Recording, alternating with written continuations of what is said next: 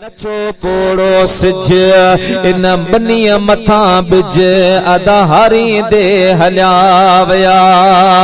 ओ मुझा प्यारा दोस्त बुजुर्गो ये जमीन सागिया यो आसमान सागियो यो सिज चंड सागियो कायनात निजाम सागियो पर हिन जमीन ते कल के ब्याह अज तवा असा आयो सुबानी अञा के बे होंदा।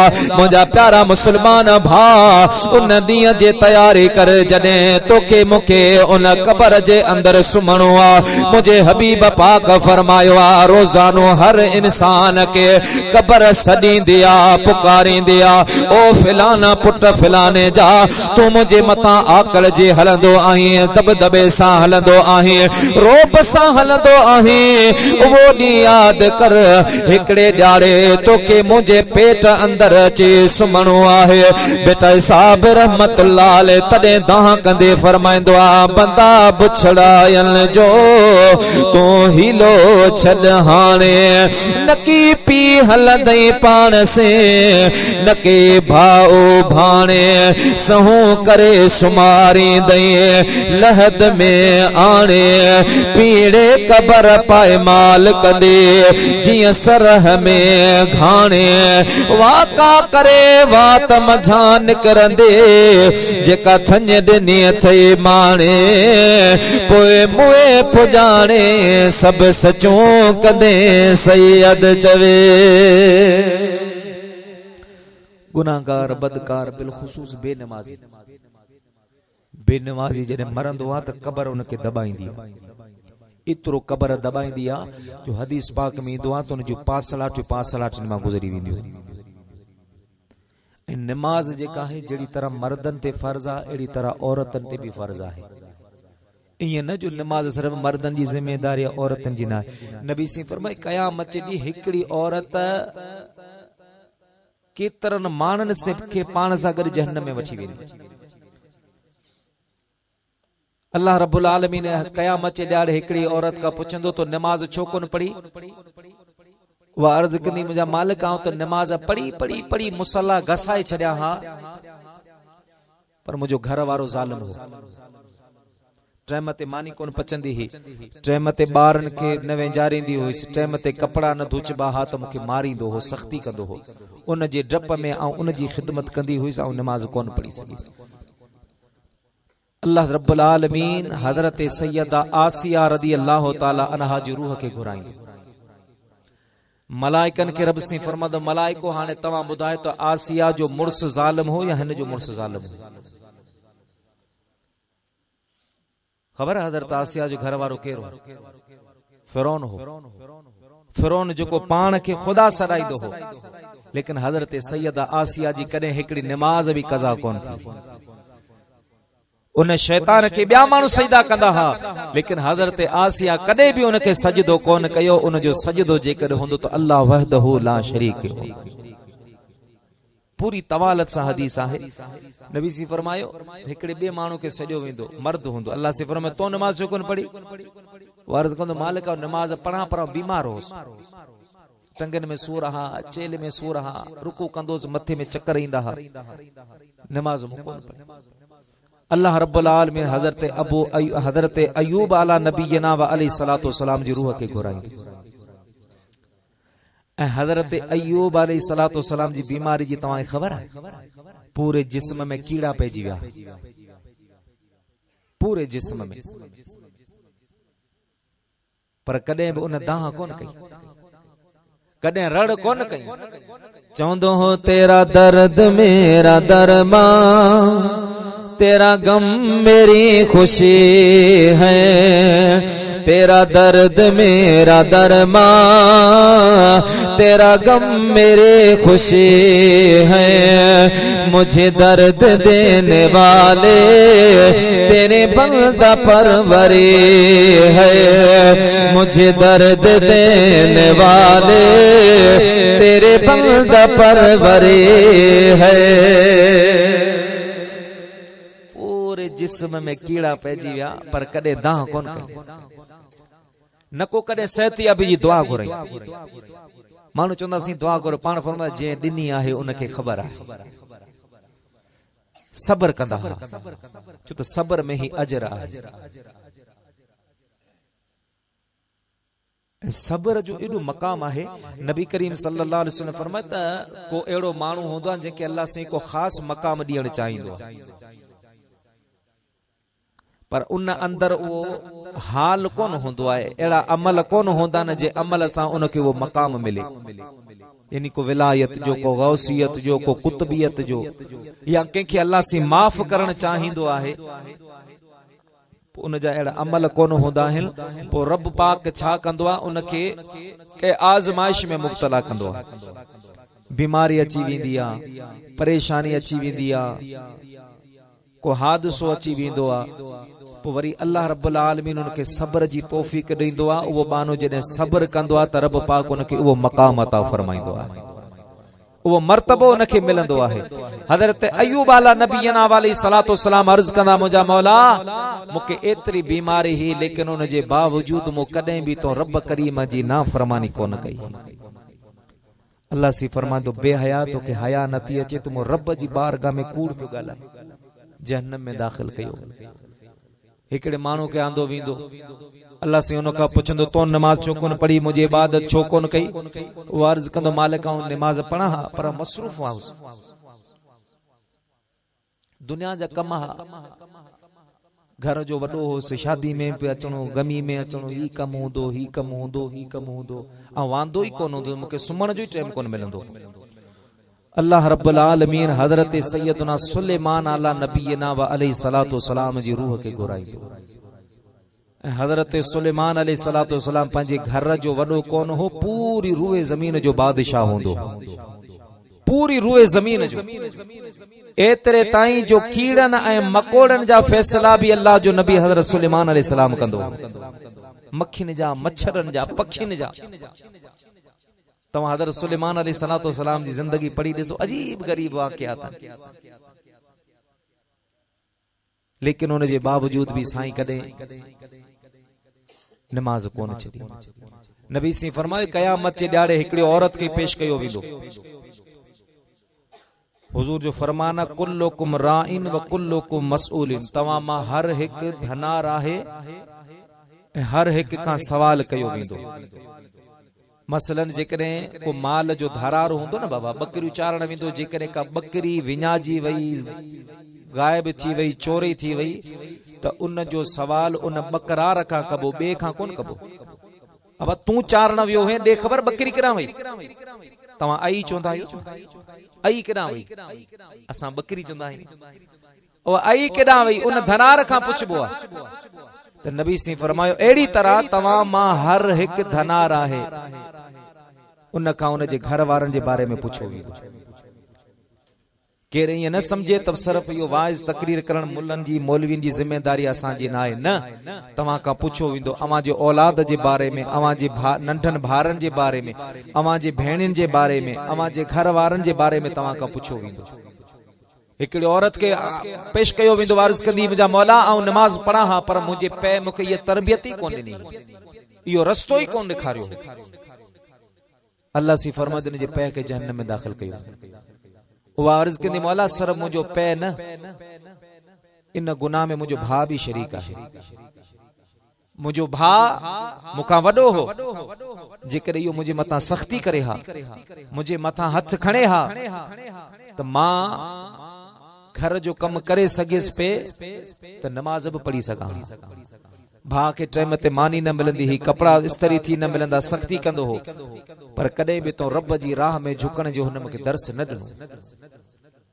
हुजूर फरमायो, उन खां बाद उहा अर्ज़ कंदी, मौला इन गुनाह में मुंहिंजो मुड़स भी शरीक आहे, मुंहिंजो घर वारो आहे, जेकॾहिं इहो मूंखे चवे हा नमाज न पढ़ंदी, अल्लाह अल्लाह न कंदी, रब जी इबादत न कंदी, तोखे तलाक ॾेई छॾींदसि, अहिड़ी उन वटि धमकी भी अहिड़ो पावर हो, मां त इन धमकी जे डप खां बाहि में करण जे लाइ बि तयार थी वञा हा, नमाज जो को मसलो ई कोन हो।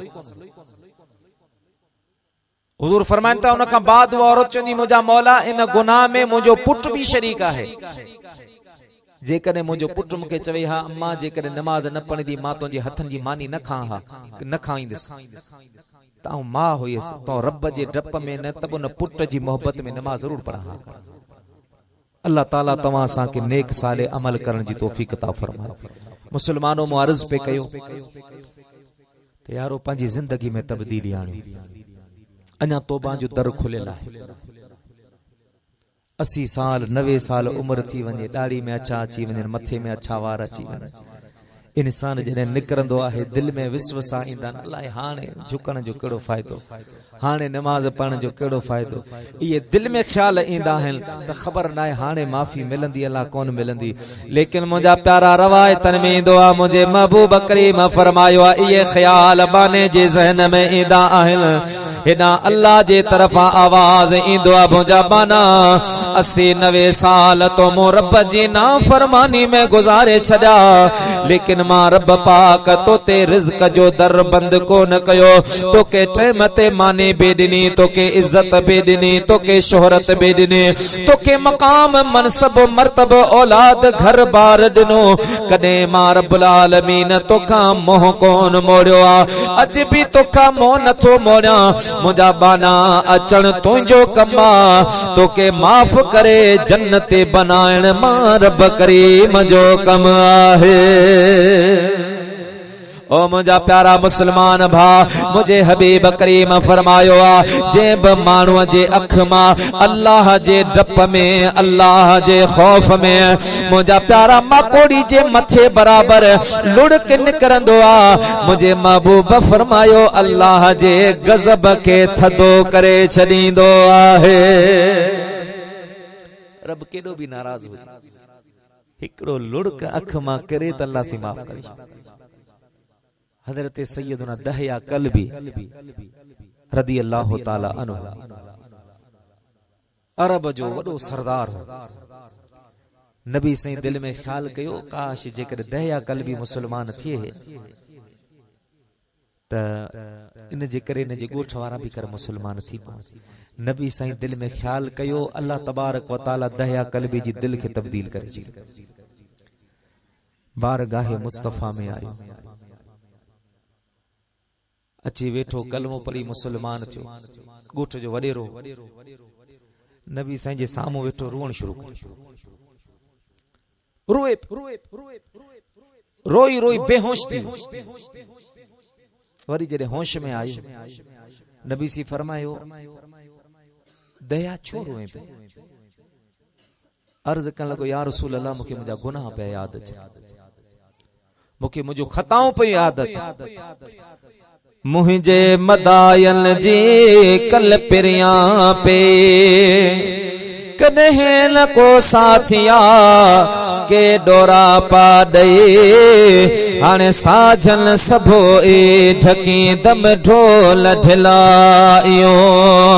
बेटा ऐसा फरमाए दुआ सतर कर सतार मां ए बन उघाड़ी आया।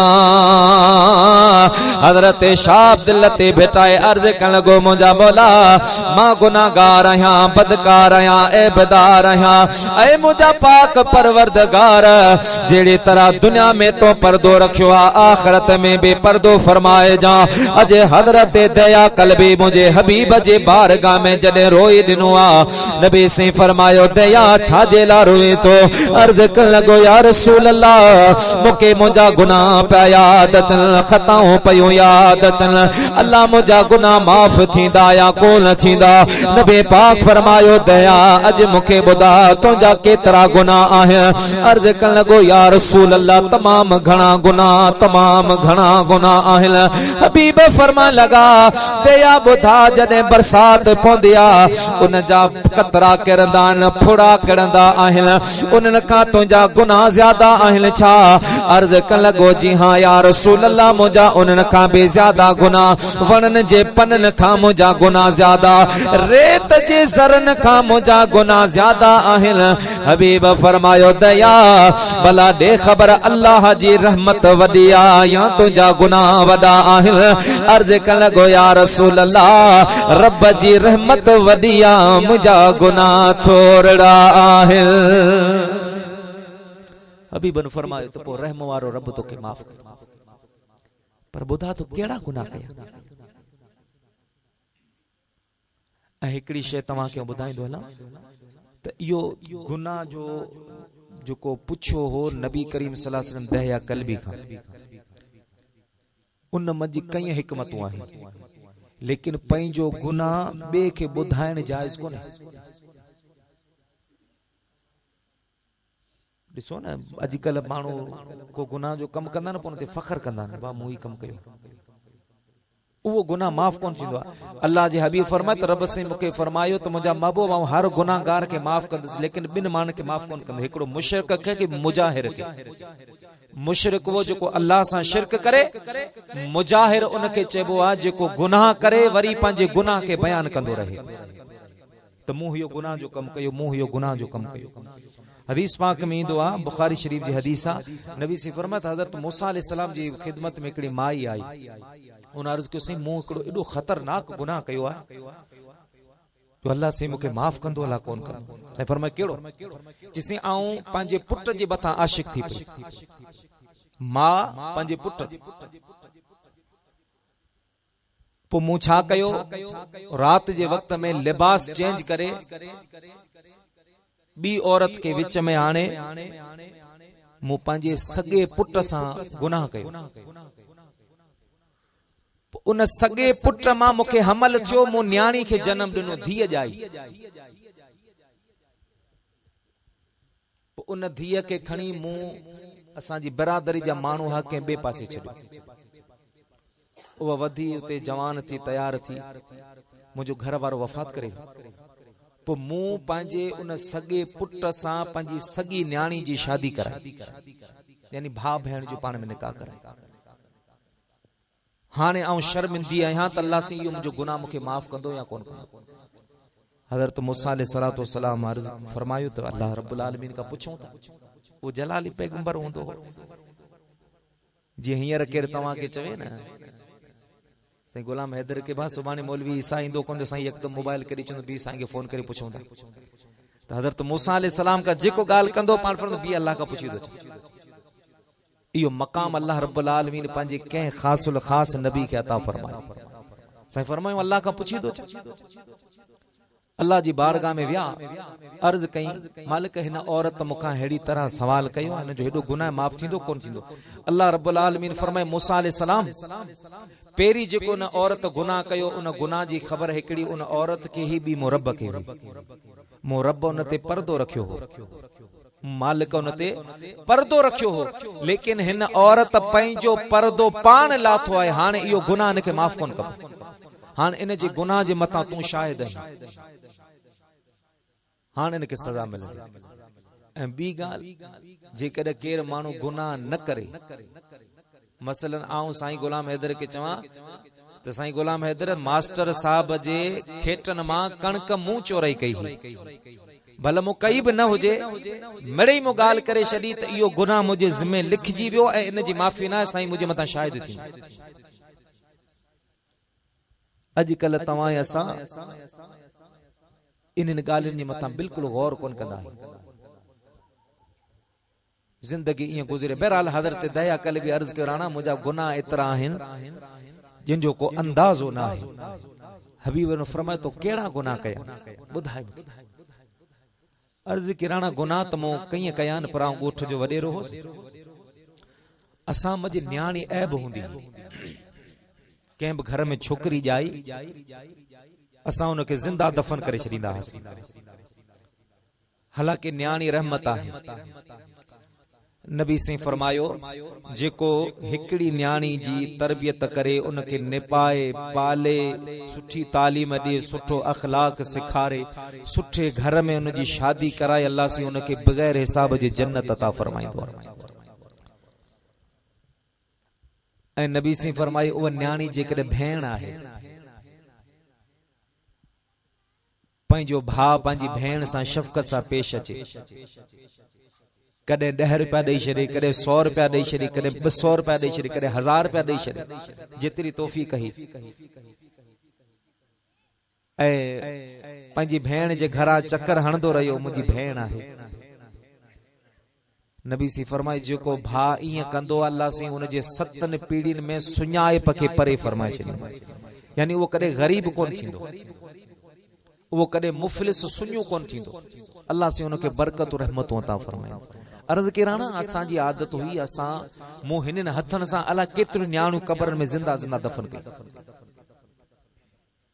पर हिकड़ो टाइम एड़ो भी थियो तो मुझी घर वारी हमल सा हुई।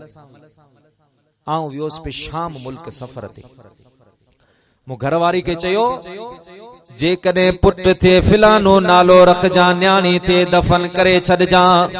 या रसूल अल्लाह या हबीब अल्लाह मां सफर में हलियो वियो हां, जमानो लगी वियो, टाइम लगी वियो, 8 साल का बाद मां घर मोटे आयो हां। मुझा महबूब मुखा मु घर वारे का चे पुछो दे खबर तो हमल सा हुई छा तो जाओ। माई चवण लगी घर वारा मु मुर्दा न्याणी के जे जन्म दिनो हो असा उनके दफन करे छड़ियो। या रसूल अल्लाह या हबीब अल्लाह बच्चे दिहाड़ा गुजरा मां दिसा त मुझे घर में हिकड़े बा अखलाक बा किरदार न्याणी घुमी रहिया, अखलाक वारिया मुझी खिदमत करे रहिया, मुझा कपड़ा धोई रहिया, मुझो बिस्तरो विछाए रहिया, मुखे मानी लगाए दई रहिया। मु घर वारे का पुछो ही छोकरी केरा तो मुझे घर वारे मुके चवण लगी घर वारा असल गाल ही आए जदे तो शाम सफर वियो ते वियो है उन वक्त में मोहिन न्याणी के जन्म दिनो हो ऐ मोतो जे डप मामा हुयस मुझा हथ न वरिया जो हिन जे मथा मिट्टी वारिया। मो इन न्याणी के खणी करे पंहिंजे नानाणे में छड़ियो आ। अज ही 8-9 साल जी न्याणी जवान थिया।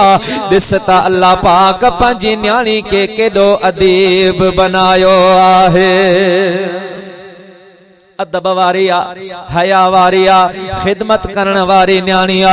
हजरत दया कल्बे अर्ज कयो या रसूल अल्लाह या हबीब अल्लाह मुझे जिस्म में बाहे लगे वे छो त मां त सरदार हुयस, मां बियन के न्याणियों रखण कोन दींदो हुयस। अज जो मुझे घर में न्याणी आया मुके डाडो गुस्सो आयो, गजब आयो, लेकिन घर वारे जी दिल रखण जे ला मां सब्र कयो आ। या रसूल अल्लाह या हबीब अल्लाह दिल में को इरादो हो इन न्याणी के भी दफन करणो आ, इन जे मथा भी मिट्टी वारणी आ। मां हिकड़े ॾाड़े पंहिंजे घर वारे के चयो ओ घर वारे तैयार कर पंहिंजे न्याणी के सुठा कपड़ा पारा अज मुझे हवाले कर। अज मां हिन के पंहिंजे नानाण के जे इलाइके जो दौरो थो कराए अचा, नानाण का ॾेखारे तो अचा, नानन जो घर घुमाए तो अचा। मुझा हबीब मुझे न्याणी मुझे घर वारे पंहिंजे धी के पाक सा कपड़ा पाराया, तेल अतर अंबेर लगाए मुझे हवाले कयो आ। मां पान सा गॾु रसो भी खयो आ, मां पान सा गॾु बेलचो भी खयो आ। उहा न्याणी चवण लगी बाबा रसो खयो अथई, बेलचो खयो अथई। मां चयोसि न्याणी सफर आ, थी सके तो जरूरत रसे जे पइजी वञे, बेलचे जी जरूरत पइजी वञे। मुंहिंजा हबीब मां पंहिंजी न्याणी के उठ ते विहारियो आ। अॻियां मुंहिंजी न्याणी वेठी आ, पुठियां मां वेठो आया। हलंदे हलंदे मंजिले मकसूद जे तरफ हलिया आहियूं। जॾहिं हलंदे उन नानाण को रस्तो असां पार कयो आ त मुंहिंजी न्याणी मूंखे चवण लगी बाबा नाना जे घर हियो रस्तो वञे पियो, तूं केॾां पियो वञे। मुंहिंजा महबूब जॾहिं न्याणी इहा ॻाल्हि कई आ मां गज़ब में अची करे पंहिंजी न्याणीअ के चमाट वाहे कढी आ। चयो मांस ख़ामोश थी। मुंहिंजा महबूब उहा न्याणी मूंखे रोई चवण लगी बाबा मुझो सहेलियों मुके चवंदियों हुयूं तुझो पे ज़ालिमा, तुझो पे न्याणिन के जिंदा दफन कंदो आ। अज खुदा न भुलाईंदो, अज तू भी मुके जिंदा दफन करण जे ला खणी हली रहियो आहीं। ओ बाबा तोके अल्लाह जो वास्तो आ, मुके दफन न कर, मुके मार न, मां तुझो खून आहियां, तुझी न्याणी आहियां। उहा मुंहिंजी न्याणी लीलाटियूं कुकड़ाटियूं कंदी रहे, लेकिन मुझे दिल में रहम जे रते कान आए। जॾहिं असां बयाबान इलाके में पहुतासूं जिते केर बि नाहे, मां पंहिंजे न्याणी जा हथ बधा, मां पंहिंजे न्याणी जा पेर बधा। मुंहिंजा महबूब मूं उहो खॾो खोटण शुरू कयो आ। अचानक खॾो खोटींदे खोटींदे बेलचो मुंहिंजे पेर में कह लगो आ मुझो पैर जख्मी थी पियो आ पैर मां जो खून निकतो आ मुझे न्याणी झंप दिनो आ हथन वारा रसा टुटी विया पंजी गंदी लाहे करे पंजी चादर लाहे करे मुझे पैर ते रखे चवण लगी अल्लाह मुझे बाबे जो खून वही वियो आ मुझो बाबो जख्मी थी पियो आ हबीब एडे अदब वारे न्याणे हुए लेकिन मुके रहम न आयो आ।